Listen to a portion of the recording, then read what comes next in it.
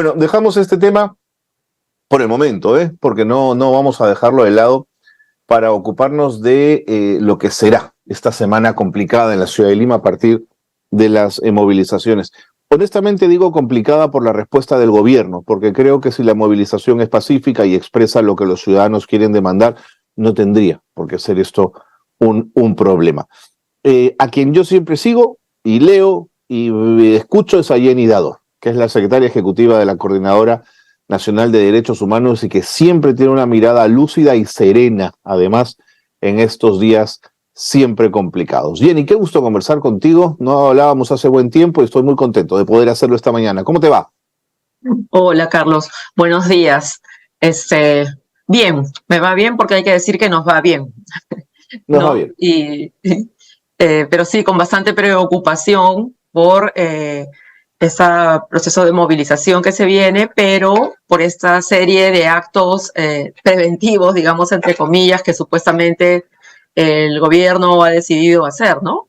Y en realidad lo que está haciendo es sembrar miedo, temor en las personas que se van a movilizar, tanto las que venían desde las distintas regiones con este tema de las garitas al ingreso de Lima, como las personas que estamos en Lima, ¿no? Entonces, es una manera indirecta de limitar tu derecho a la protesta, ¿no? Tengo varios temas sobre esto que tocar contigo. Voy a comenzar por lo último y es esta demostración de fuerza del fin de semana que muchos entienden además como una expresión no de fuerza, sino de debilidad en sí misma, que es esta marcha de policías en el centro de Lima. ¿Qué te dice a ti? ¿Qué le dice a la coordinadora una cosa como esta? Mira, al principio me parece así un acto de, o sea, digamos, tú le quitas la temporalidad, no lo sitúas en el Perú, ves la imagen, solo trata de ver la imagen y te parece una expresión de un acto de fascismo, ¿no? Te parece que estuvieras en un régimen fascista, tal cual, ¿no? Ese tipo de despliegues, además. Y sí, a la coordinadora nos suscita mucha preocupación, pero también, a ver, yo creo que acá hay como dos cosas, ¿no? O sea, por un lado, o sea, la necesidad de mostrarse así, a uno le dice que tiene una lectura, digamos, más profunda y tú dices, bueno, están muertos de miedo y en realidad están tratando de mostrar un poderío que no tienen y que no controlan, ¿no? Pero, por otro lado, también uno dice, bueno, ya, yo no creo que sean tan torpes, tan bestias de repetir lo que ocurrió en diciembre, en enero, en febrero, ¿no? Una represión de esa naturaleza, con ejecuciones extrajudiciales, masacres, etcétera, ¿no? Pero por otro lado, porque tú dices, ya controlan las distintas estructuras del poder, ya no necesitarían, ¿no? Un despliegue de fuerza tan brutal.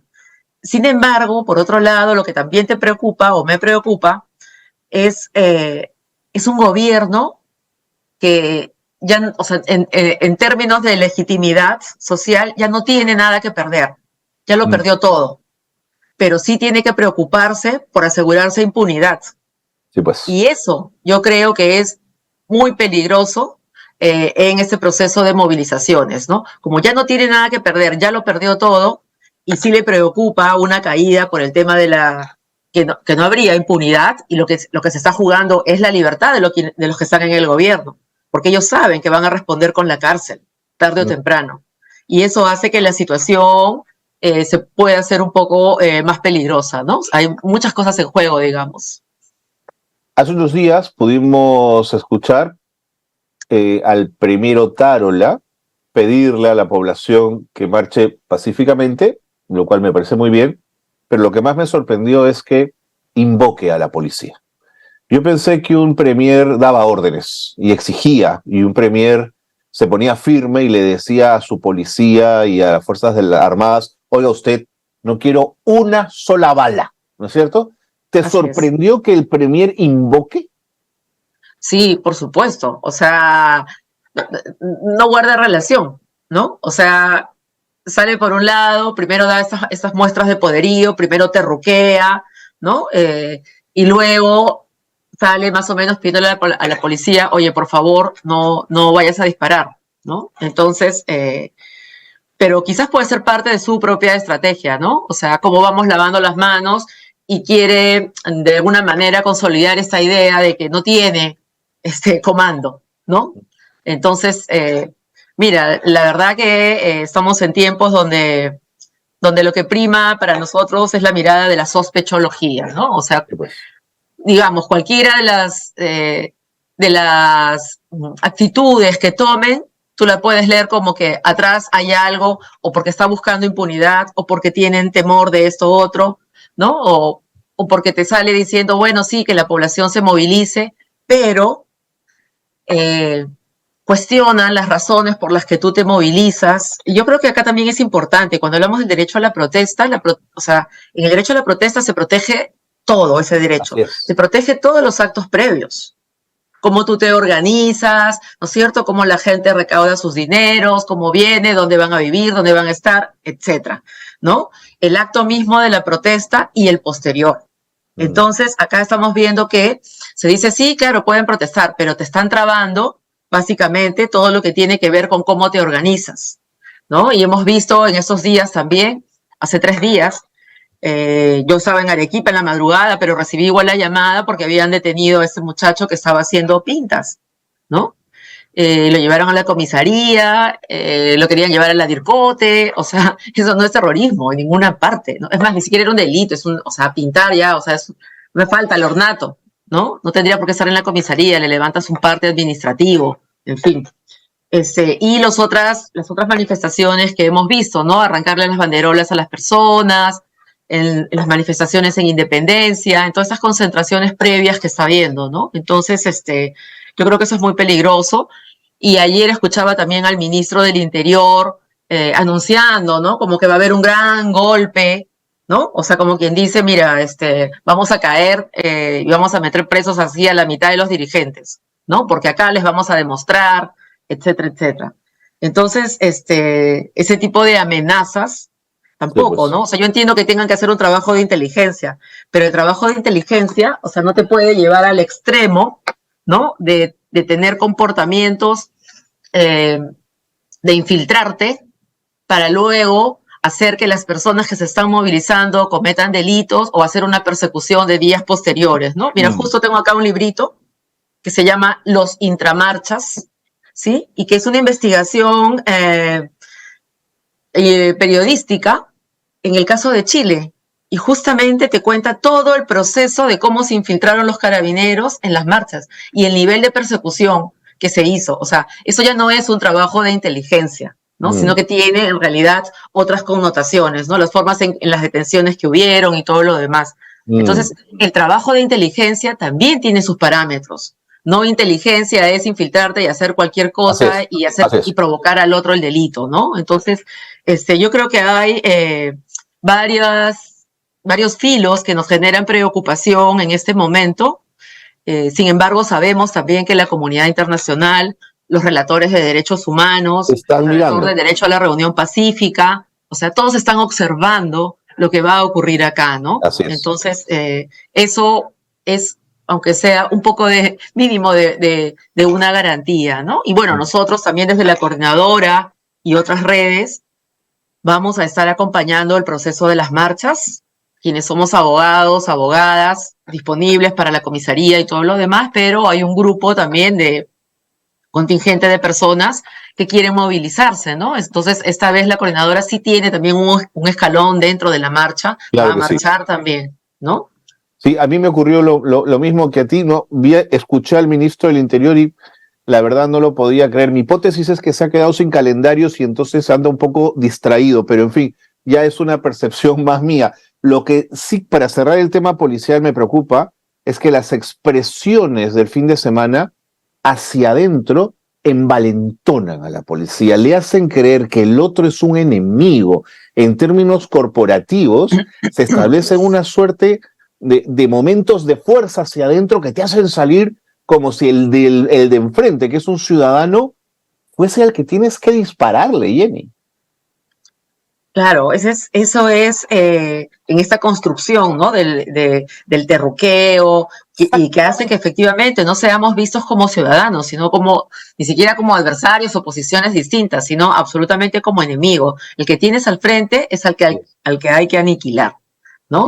Y también bien escuchado que dice, ¿cómo es posible que los organizadores de la marcha o las personas que están, apoyando, las personas que se van a movilizar, ni siquiera se han dado el trabajo de desvirtuar esto de la camarada Vilma y qué sé yo? O sea, no vamos a estar pues haciéndole el juego y montándonos en sus psicosociales, ¿no? O sea, pónganse con la camarada Vilma ahí o la camarada tal o cual, cuando todos sabemos que lo que ocurre en el Brain desde hace 20 años y que son un remanente de una columna de 200, o sea, y son millones de millones en presupuesto, y eso está ahí porque es parte del negocio de varios, ¿no? Pues, Si no, ya lo hubieran dado vuelta hace rato, ya no tendríamos el problema que tenemos en el Brain. Pero es negocio de algunos, está el narcotráfico, y bueno, ahí están, ¿no? de acuerdo. Entonces, en fin.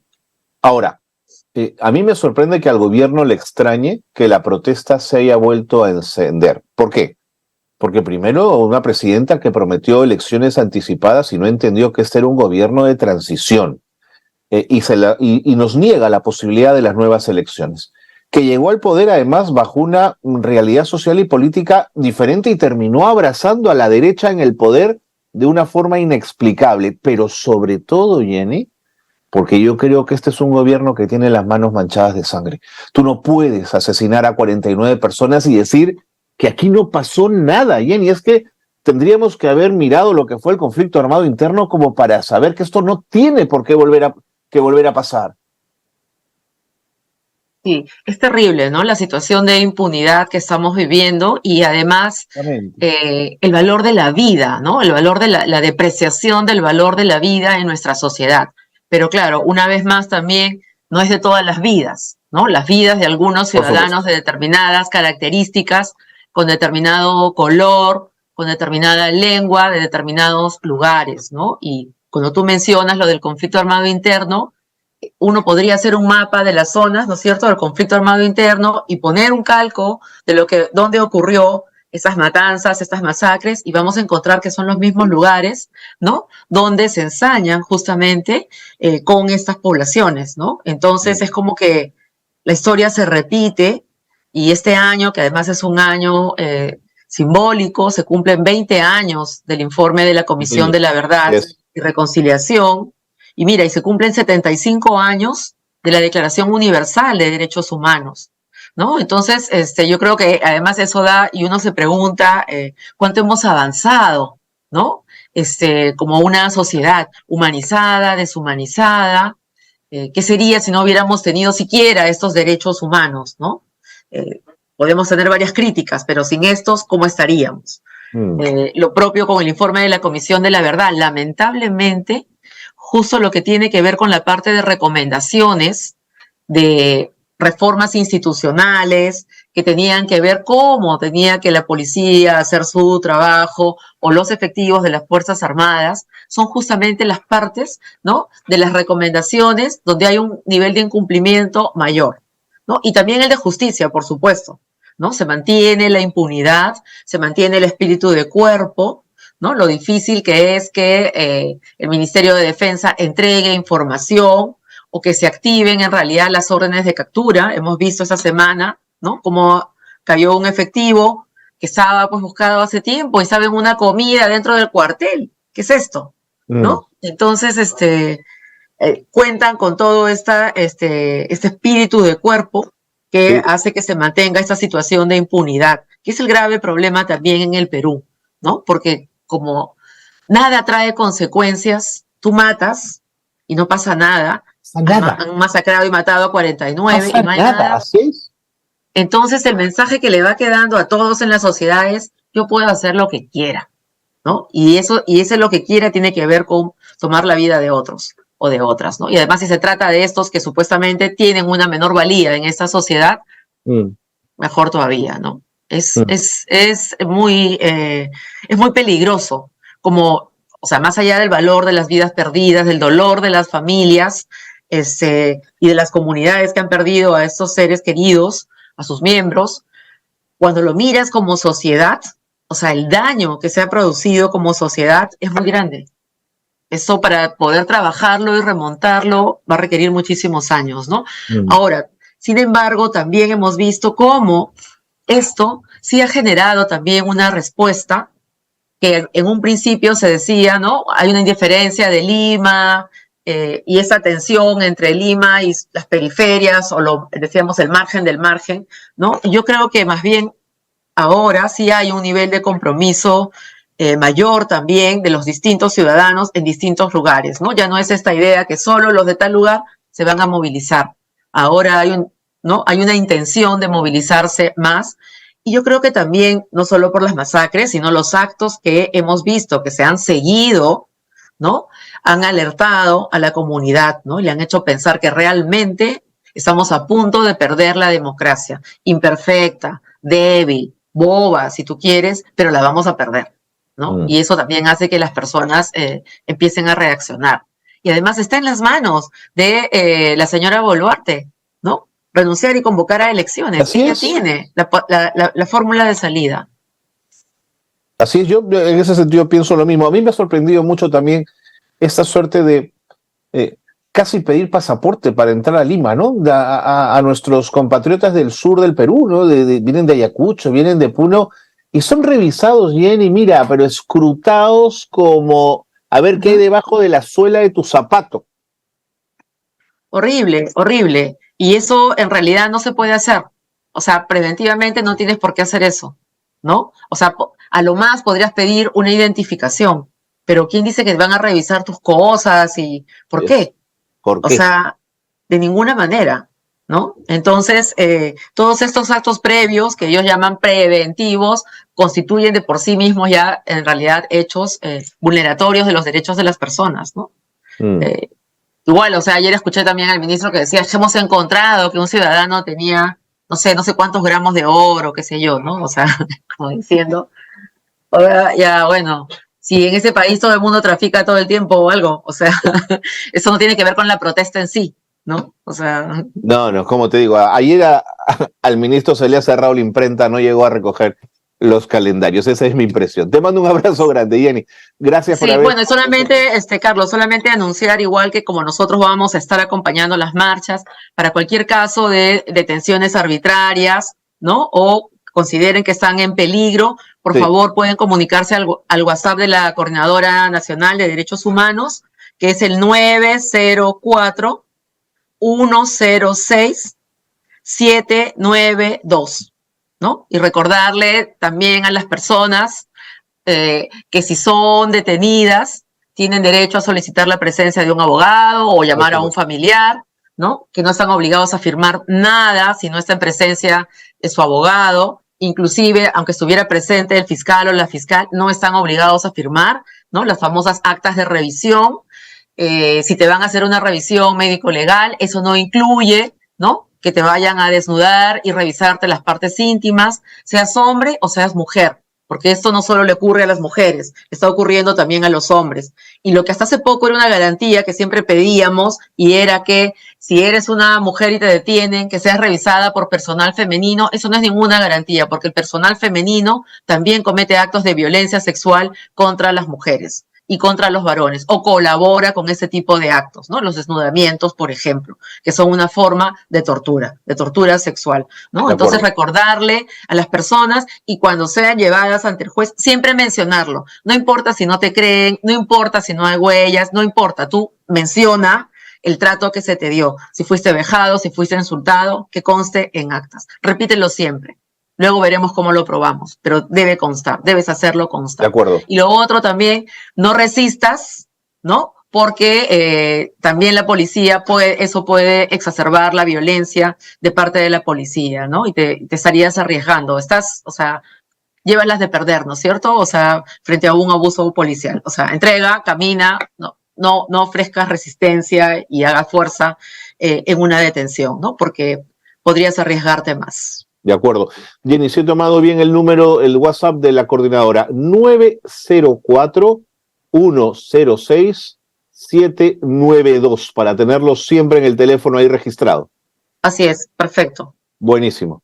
Jenny, un gran abrazo y gracias a la coordinadora. Gracias, Carlos. Buenos días. Un gran abrazo. Nos vemos. Jenny Dador ha estado con nosotros en Nativa. Ahí la han escuchado clarita, ¿eh? Clarita, secretaria ejecutiva de la Coordinadora de Derechos Humanos. No hay razón para que el gobierno de Boluarte y Otárola hayan planteado esta dualidad y esta dicotomía. Nosotros somos los buenos, los de enfrente son los malos. Eso es inaceptable, es asqueroso, es inmoral, y el gobierno de Boluarte así lo ha planteado.